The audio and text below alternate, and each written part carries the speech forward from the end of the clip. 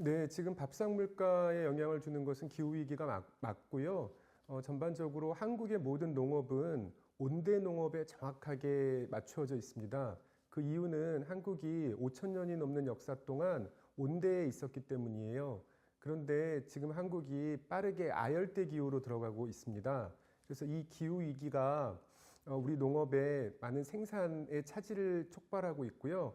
그 결과 농산물의 생산성과 그다음에 품질들이 나빠지고 있어서 가격이 오르고 있습니다.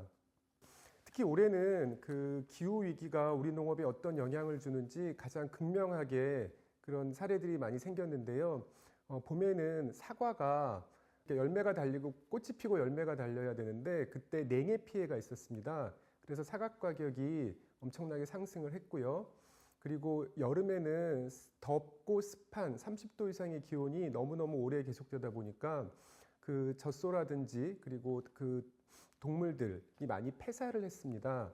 특히 이제 젖소 같은 경우는 그 겨울은 잘 지낼 수 있는데 여름에는 그 매우 약합니다. 그래서 차규량이 30% 정도 감소가 돼서 그 가격에 영향을 미쳤고요.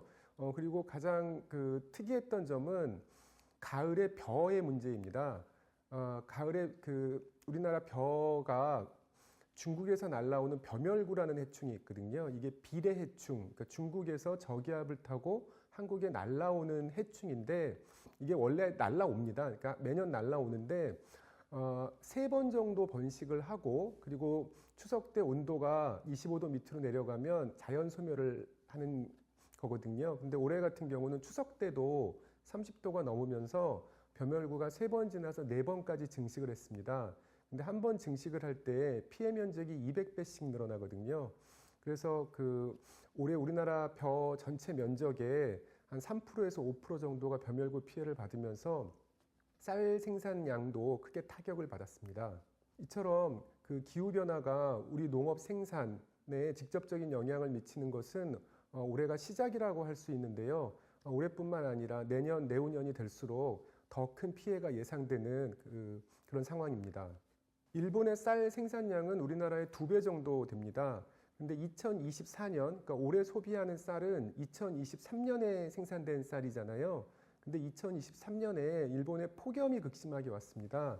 그러면서 쌀 생산량이 많이 감소를 했고 또 생산량뿐만 아니라 쌀의 품질이 많이 나빠졌습니다. 그러니까 소비자가 소비할 수 있는 그런 쌀의 양이 많이 줄었다는 거죠. 특히 그렇게 된 이유는 일본인들이 즐겨 먹는 고시히카리라는 쌀이 그 고온에 약합니다. 근데 이제 2023년 같은 경우 그 일본의 큰 폭염이 지속되는 폭염이 오면서 쌀 생산량이 감소됐고 그게 올해 가격에 즉각적인 영향을 미치고 있는 상황입니다. 그래서 올해 쌀이 생산되는 9월 이후로는 일본의 쌀 상황이 조금 나아지긴 했습니다만 실제적으로 일본의 기후대도 이전 기후대에 비해서 폭염이나 또 여름철 기온, 습도가 높아지기 때문에 이런 상황은 일회성에 그치지 않고 계속될 거라고 이렇게 전망이 되고 있습니다. 특히 올해 일본의 쌀 수급 상황 같은 경우는 30년 만에 그 30년 전에 일본에 냉해가 있었을 때 그때보다는 좀 상황이 안 좋은 그런 상황이 되었습니다. 한국도 이 비슷한 상황이 나타나고 있습니다. 실제로 올해 벼멸구 피해가 있었고요. 또 내년에도 내후년에도 상황이 좋아지지 않을 것이다 라는 전망이 우세한데요. 그것은 그 원인이 바로 기후이기 때문입니다.